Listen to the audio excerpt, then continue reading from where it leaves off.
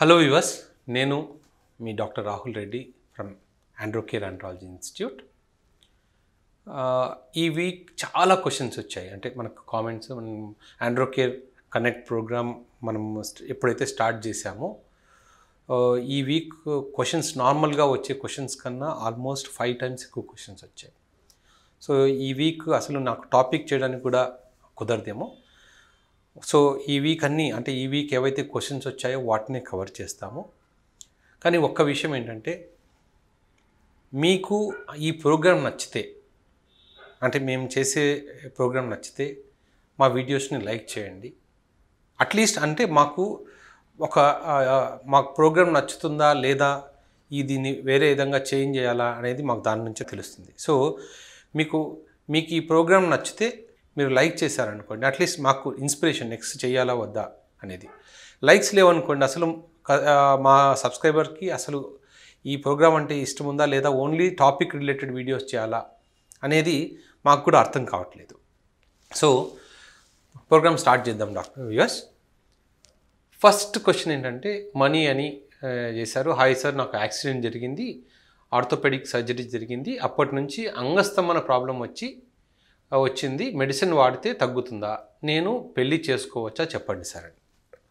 So మీకేంటంటే, ఐడియల్గా మీకు already accident అయింది కాబట్టి, ఆ యాక్సిడెంట్ అయినప్పుడు 2 రకాల ప్రాబ్లమ్స్ జరగచ్చు. ఒకటి ఏదైనా బ్లడ్ వెజల్స్ డ్యామేజ్ అవ్వచ్చు, లేదా నర్వ్స్ డ్యామేజ్ అవ్వచ్చు.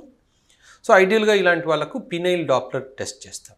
సో పినైల్ డాప్లర్లో నార్మల్గా ఉంది అనుకుంటే మీరు ధైర్యంగా పెళ్లి చేసుకోవచ్చు. ఒకవేళ పినైల్ డాప్లర్లో ఏదైనా ప్రాబ్లం ఉంది అంటే అప్పుడు ట్రీట్ చేస్తాం. రెండోది, sir please explain minimal or partial or full circumcision. అంటే పార్షియల్ సర్కంసిషన్కి, మినిమల్ సర్కంసిషన్కి, ఫుల్ సర్కంసిషన్కి which is better, what is difference between them. యాక్చువల్గా దీని గురించి చాలా వీడియోస్ చేశాం. నేను కానీ సురేందర్ కానీ చాలా వీడియోస్ చేశాము. స్టార్టింగ్లో ఉంటాయి ఆ వీడియోస్ అన్నీ. వీలైతే ఆ వీడియోస్ లింక్ పోస్ట్ చేయడానికి ట్రై చేస్తాము.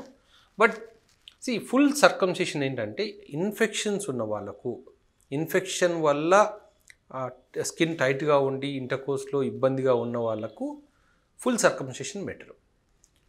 లేదు, న్యాచురల్ స్కిన్ కావాలి, నాకు న్యాచురల్ ఫీల్ ఉండాలి, చూసినప్పుడు అసలు సర్కంసిషన్ చేసినట్టు తెలియకూడదు అనుకుంటే పార్షియల్ సర్కంసిషన్ చేస్తాం.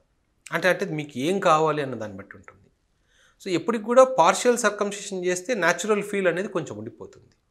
బట్ బాగా సెన్సిటివిటీ ఉంది, ప్రీమెచ్యూర్ ఎజాకులేషన్ కోసం సర్జరీ చేయించుకుంటున్నారు, అలాంటి వాళ్ళకి మటుకు ఫుల్ సర్కంసిషన్ చేస్తేనే బెటర్. సో అది మీకు మీ యూజ్ని బట్టి ఉంటుంది. అంటే దేని గురించి మనం సర్కంసిషన్ చేస్తున్నాం అనే దాన్ని బట్టి ఉంటుంది. Sir, I have ED problem, periscope test, total cardiovascular risk upgrade is mild with mild arterial stiffness, shockwave therapy తీసుకున్నాను, ఎన్ని రోజులకి క్యూర్ అయ్యే ఛాన్స్ ఉంది. అంటే మీకు పిఎస్వీస్ అంటాం, పీక్ సిస్టోలిక్ వెలాసిటీస్ అన్నీ 22, 27, 19, 28 అన్నాను. మినిమం ఇవన్నీ 30కి అబవ్ ఉంటే మనకు మంచిది, నార్మల్ అన్నట్టు. మీకు 22, 27 అలా ఉన్నాయి కాబట్టి షాక్వేవ్ థెరపీ తీసుకున్న తర్వాత కూడా జనరల్గా 1 month పడుతుంది కొత్త బ్లడ్ వెజల్స్ ఫామ్ అవడానికి. వితౌట్ మెడికేషన్ అంటే కొంచెం మనం షాక్వేవ్ థెరపీ తీసుకున్నప్పుడు కొత్త బ్లడ్ వెజల్స్ ఫామ్ అవుతాయి కాబట్టి మీరు ఆ ఫామ్ అయ్యే టైంలో కూడా ఎల్ఆర్జినిన్ లాంటి మెడికేషన్స్ కంపల్సరీ తీసుకోవాలి. అలా తీసుకున్నప్పుడే కొత్తగా ప్రొడ్యూస్ అయ్యే బ్లడ్ వెజల్స్ కూడా హెల్తీగా ప్రొడ్యూస్ అవుతాయి. అసలు ఏమి తీసుకోను అంటే జనరల్గా 2 to 3 months పడుతుంది. సో మెడికేషన్స్ తీసుకుంటేనే తొందరగా మీకు కొత్త హెల్తీ బ్లడ్ వెజల్స్ ఫామ్ అవుతాయి. ఇంకొకటి, మీకు చాలా ఓపిక ఉంది సార్, థ్యాంక్స్ అండి, మీలాంటి కామెంట్స్ మాకు కావాలి. సార్, నాకు 2 సంవత్సరాల కిందట క్షయవ్యాధి వచ్చింది, 6 నెలలు మెడిసిన్ వాడాను. క్షయ అంటే టీబీ.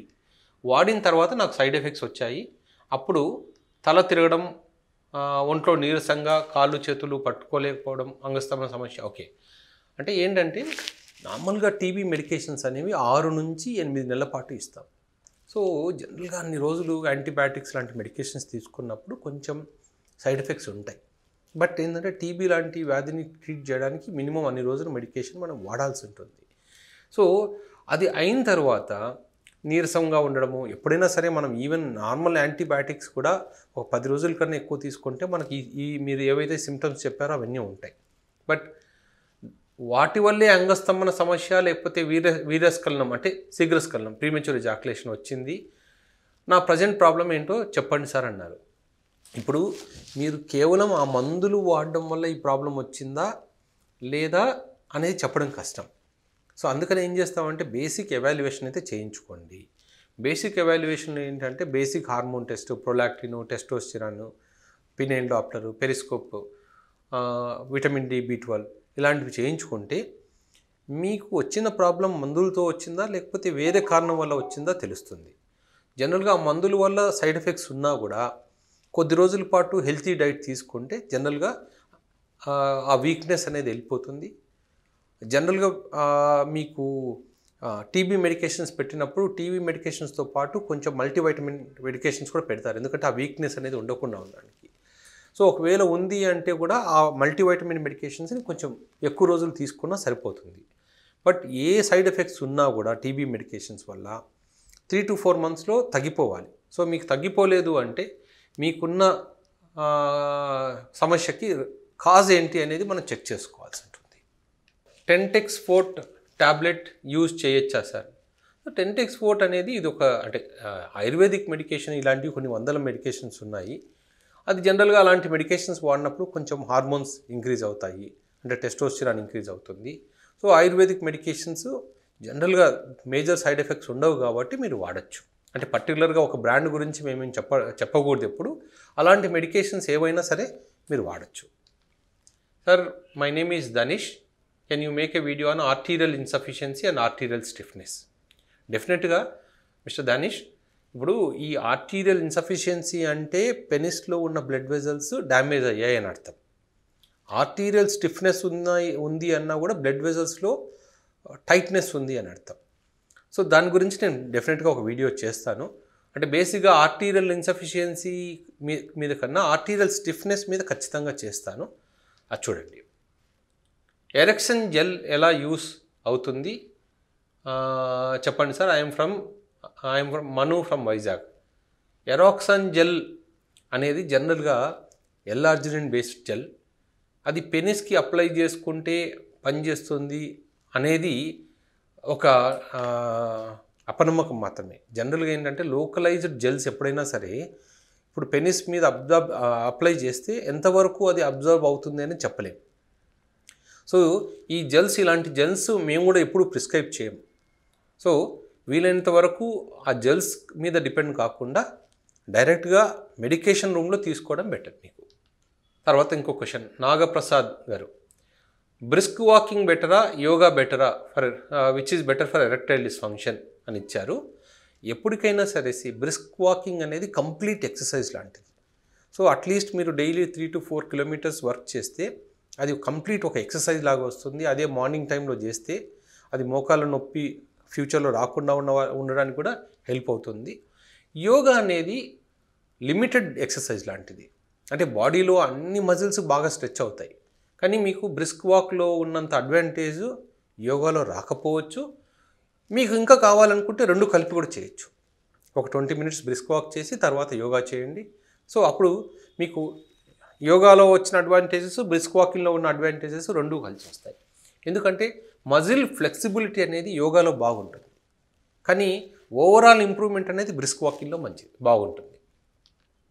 తర్వాత శ్రీహన్స్ సార్, నాకు 5 mg టెడ్లాఫిల్ పని చేయటం లేదు, నేను 5 mg 2 టాబ్లెట్లు వేయవచ్చా చెప్పండి. సో జనరలీ 10 mg టెడ్లాఫిల్ అంటే 2.5 mg 5 mg అనేవి సేఫ్ మెడికేషన్స్. 10 mg 20 mg అనేవి జనరల్గా ఎక్కువ రోజులు వాడొద్దని చెప్తాము.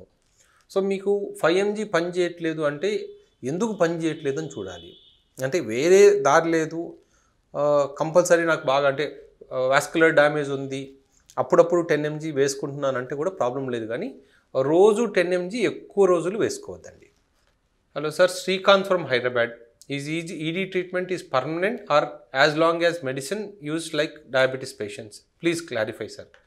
ఈ శ్రీకాంత్ గారు, ఇప్పుడు ఎరెక్టైల్ డిస్ఫంక్షన్ ట్రీట్మెంట్ అనేది 2 రకాలుగా ఉంటుంది. ఒకటి టెంపరీ, రెండోది పర్మనెంట్.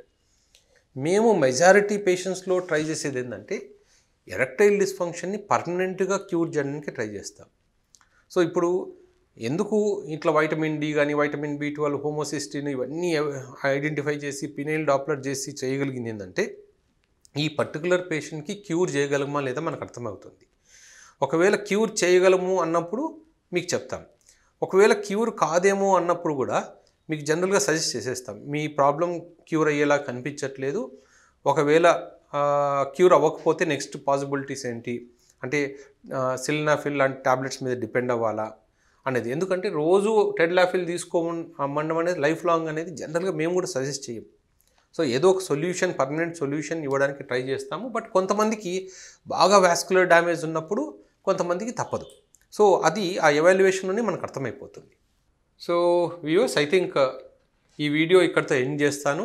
ఈ వీక్ అన్నీ అట్లీస్ట్ మీకు 4 to 5 వీడియోస్ వస్తాయి ఇదే టాపిక్ మీద, అంటే ఓన్లీ ఆండ్రోకేర్ కనెక్ట్ ప్రోగ్రామ్ కిందనే. సో ఈ వీక్లో ఇది first video. So next video మళ్ళీ రేపు నెక్స్ట్ వీడియో రిలీజ్ చేస్తాము. Keep watching.